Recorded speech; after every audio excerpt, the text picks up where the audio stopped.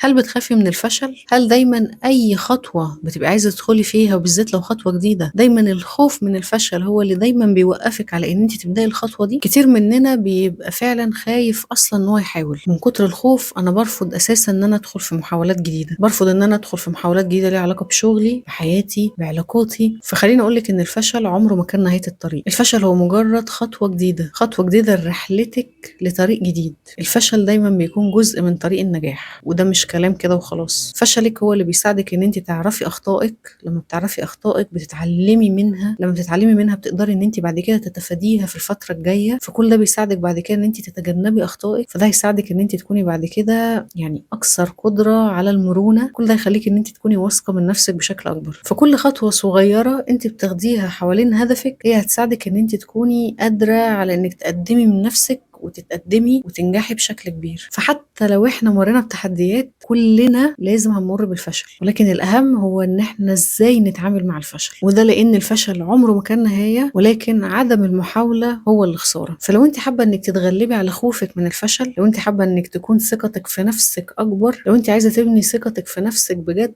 اشتركي دلوقتي في كورس ارفع من ثقتك بنفسك وتوكيدك لذاتك واستحقاقك. وهتلاقي لينك الكورس موجود في الديسكريبشن، موجود تحت او موجود في البايو اللي موجود في البروفايل.